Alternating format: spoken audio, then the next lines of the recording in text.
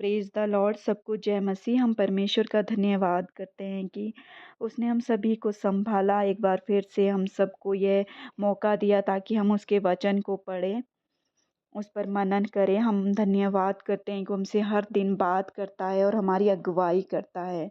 आइए आज हम पढ़ेंगे भजन संहिता 127 अध्याय का 1 और 2 वचन। इसमें परमेश्वर का वचन कहता है कि 1 में, यदि घर को यहोवा ना बनाए तो उसके बनाने वालों का परिश्रम व्यर्थ होगा। यदि नगर की रक्षा यहोवा ना करे तो रखवाले का जागना व्यर्थ ही होगा। हम जानते हैं कि इस संसार में हम कितनी मेहनत करते हैं एक घर बनाने के लिए। यहाँ घर का मतलब सिर्फ उस घर से नहीं है जो हम ईंट और पत्थर से जो घर बनाते हैं, बट घर का मतलब इस वचन में है हम अपने परिवार को एक सही बनाने तरीके से हैंडल करने के लिए, अपने करियर को बनाने के लिए, अपने बच्चों के करियर को बनाने के लिए, अपने जीवन को एक अच्छी तरीके से जीने के लिए हम कितनी मेहनत करते हैं और दिन रात बस हम इसी में मेहनत करते जा रहे हैं। लेकिन परमेश्वर का वचन कहता है, यदि घर को यहोवा ना बनाए, यदि हम सिर्फ अपनी बुद्धि समझ का सहारा लेते हुए, बिना परमेश्वर पर भरोसा किए हुए हम सिर्फ अपने ही प्रयास करते जा रहे हैं, अपनी बस मेहनत पे मेहनत, वो चिंता पे चिंता करते जा रहे हैं, तो परमेश्वर का वचन कहता है कि वो सब कुछ व्यर्थ है। वो सारी बातें व्यर्थ हैं हमारे जीवन में यदि हम अपने प्रयास में परमेश्वर को शामिल नहीं करते हैं। यदि हम अपनी मेहनत में परमेश्वर के वचन को शामिल नहीं करते हैं। सबसे पहला स्थान यदि हम उसको अपने जीवन में नहीं देते हैं तो ये सब कुछ व्यर्थ है। यदि हम सच में अपने परिवार को अच्छा बनाना चाहते हैं, अपने बच्चों का करियर बनाना चाहते हैं, हम चाहते हैं कि हम इस जीवन में एक अच्छे सही तरीके से एक शांति से जिए, तो हमें क्या है अपना सब कुछ परमेश्वर के हाथों में सौंपना है, परमेश्वर पर भरोसा रखना है। और क्योंकि एक अच्छा वरदान, एक उत्तम फल और सब कुछ उसकी ओर से आता है, क्योंकि परमेश्वर का वचन भी कहता है कि जो जो परमेश्वर हमें धन देता है वो उसमें दुख नहीं मिलाता। इसलिए यदि हम परमेश्वर को स्मरण करके, प्रभु यीशु मसीह को स्मरण करते हुए अपने जीवन में मेहनत करते हैं, तो क्या है उसका हम एक उचित फल, एक शांति से उसका हम उचित प्रतिफल अपने जीवन में पाते हैं। परमेश्वर का वचन हमसे से ये नहीं कहता है कि हम आलसी बने। परमेश्वर का वचन कहता है कि हम मेहनत के साथ साथ हम परमेश्वर पर भरोसा रखें, उसकी अगुवाई, उसके वचन पर चलते हुए हम परिश्रम करें। और परमेश्वर का वचन 2 में कहता है, नगर की रक्षा यहोवा ना करे तो रखवाले का जागना व्यर्थ ही होगा। हम अपने जीवन के लिए कितनी चिंताएं करते हैं। हम बैंक बैलेंस रखते हैं, कई इंश्योरेंस, बीमा, ये सब कुछ चीज़ें करते हैं। लेकिन क्या हम अपनी सुरक्षा के लिए परमेश्वर पर भरोसा रखते हैं? यदि हम नहीं रखते हैं तो हमें परमेश्वर पर, प्रभु यीशु मसीह पर भरोसा रखने की ज़रूरत है, क्योंकि वही है जो हमें सच्ची सुरक्षा प्रदान करता है। इस समय हमारा जीवन कैसा है? हम कितने इस संसार में खोए हुए हैं। हमें एक बार फिर से परमेश्वर की तरफ देखने की ज़रूरत है। हम 2 वचन में परमेश्वर का वचन कहता है, तुम जो सवेरे उठते हो और देर करके विश्राम करते हो और दुख भरी रोटी खाते हो, यह सब तुम्हारे लिए व्यर्थ ही है, क्योंकि वह अपने प्रियों को यूं ही नींद प्रदान करता है।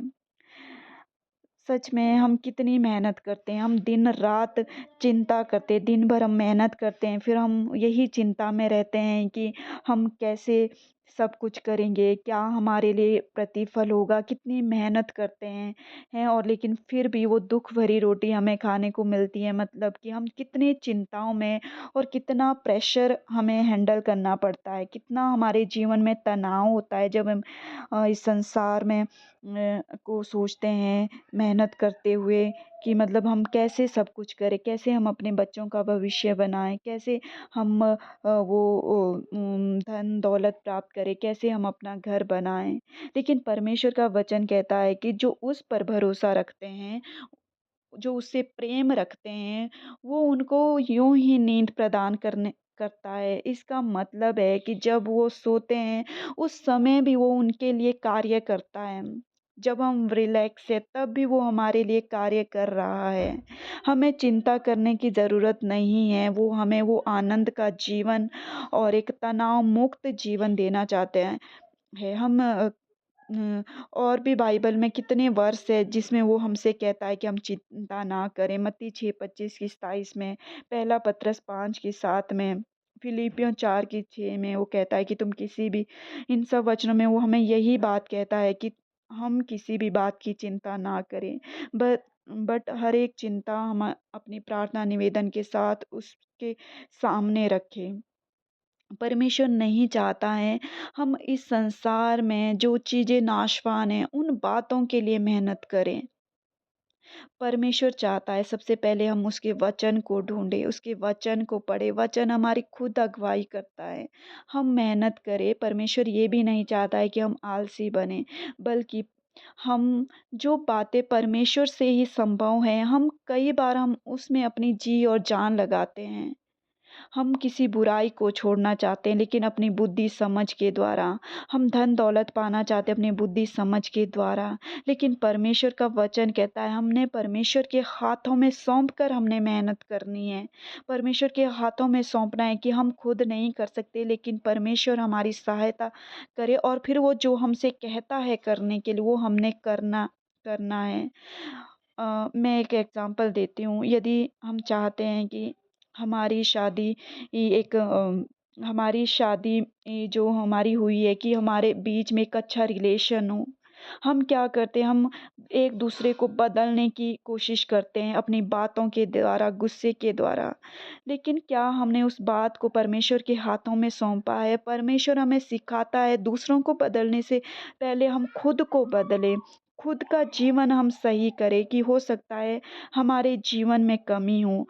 और प्रभु यीशु मसीह के मार्ग में चलना मतलब कि एक आलसी होना नहीं है, बस बैठ के प्रार्थना करना ही नहीं बल्कि उन कामों को भी करना है जो वो हमसे करने को कहता है। हमें वो सब करना है, प्रार्थना करनी है, वचन पढ़ना है, फिर वो जो हमसे कहता है हमें वो करना है, खुद को बदलना है। दूसरों के बदलने से पहले हमें खुद को बदलना है। और परमेश्वर का काम है जो औरों को बदलता है, वो हमारे लिए सब बातें भलाई के लिए उत्पन्न करता है। जब हम इन सब बातों को करते हैं उसके बाद हमने अपनी सब बातों को परमेश्वर के हाथों में सौंपना है। और उसके बाद क्या नतीजा निकलता है, क्या परिणाम होता है, वो सब कुछ हमने परमेश्वर के हाथों में सौंपना है। हम जानते हैं कि कुछ काम सिर्फ परमेश्वर है जो कर सकता है। इसलिए परमेश्वर नहीं चाहता हम इस संसार में व्यर्थ की बातों के लिए इतनी मेहनत करें क्योंकि एंड में हमें फिर दुःख ही मिलता है। हम अपने परिवार के लिए कितनी मेहनत करते हैं लेकिन फिर भी हमें एंड में कई बार अपने बच्चों से उन लोगों से जिनसे हम प्रेम करते हैं उनसे हमें दुःख ही मिलता है कि हमने उनके लिए क्या किया। इसलिए हम हमेशा परमेश्वर को याद करके हर एक कार्य को करें, वो हमारी अगुवाई करता है। और यह वचन हमें यही सिखाता है कि हमें अपनी सुरक्षा परमेश्वर के हाथों में देनी है। यदि हम मेहनत कर रहे हैं अपने परिवार के लिए, अपने करियर के लिए, अपने बच्चों के लिए, अपनी जॉब कर रहे हैं, अपने घर का काम कर रहे हैं, इन सब बातों में हमने प्रभु यीशु मसीह को शामिल करना है। सबसे पहले उसके वचन को महत्व देना है और सब सुख, सब एक शांति की नींद और ये सब कुछ परमेश्वर है जो हमें देता है। क्योंकि इसका कोई फ़ायदा नहीं है यदि हम मेहनत भी करें और बाद में भी हमें दुःख मिले। इसलिए हम इस वचन को अपने हृदय में गहराई से सोचें कि सच में परमेश्वर इस वचन के ज़रिए हमसे क्या कहना चाहता है। आइए हम सभी प्रार्थना करें। धन्यवाद मेरे महान परमेश्वर जिसने भी पिता यह वचन सुना है पिता, यह वचन वो दोधारी तलवार है जो उनके जीवन में कार्य करें। परमेश्वर आप हमें वो शांति व आनंद का जीवन देना चाहते और चाहते हम इस संसार की उन चिंताओं से, इन संसार की व्यर्थ बातों से मुक्त होकर हम आप पर भरोसा रखें। हम अपने घर को, अपने परिवार को, अपने करियर को, अपने रिश्तेदारों को, रिलेशनशिप को प्रभु आपके हाथों में देते हैं। आप हर एक चीज़ में हमारी अगुवाई कीजिए। आप है जो हमारा मार्गदर्शन करते हैं। प्रभु हम खुद मेहनत ना करें बल्कि प्रभु आप पर भरोसा करते हुए हम मेहनत करें और वो कार्य करें जो आप चाहते हैं। हम धन्यवाद करते हैं प्रभु हर एक के जीवन में उनकी बात जो भी उनके जीवन में परेशानी है उसके अकॉर्डिंग आपने उनसे बात करी है और यह वचन उनके जीवन में पवित्र आत्मा बहुतायत का फल लाए और हमारी अगुवाई करे कि हम आपके लिए प्रभु एक महिमा का कारण बने। सभी को आपके हाथों में देते हुए इस प्रार्थना को प्रभु यीशु के नाम से मांगते हैं। आमीन।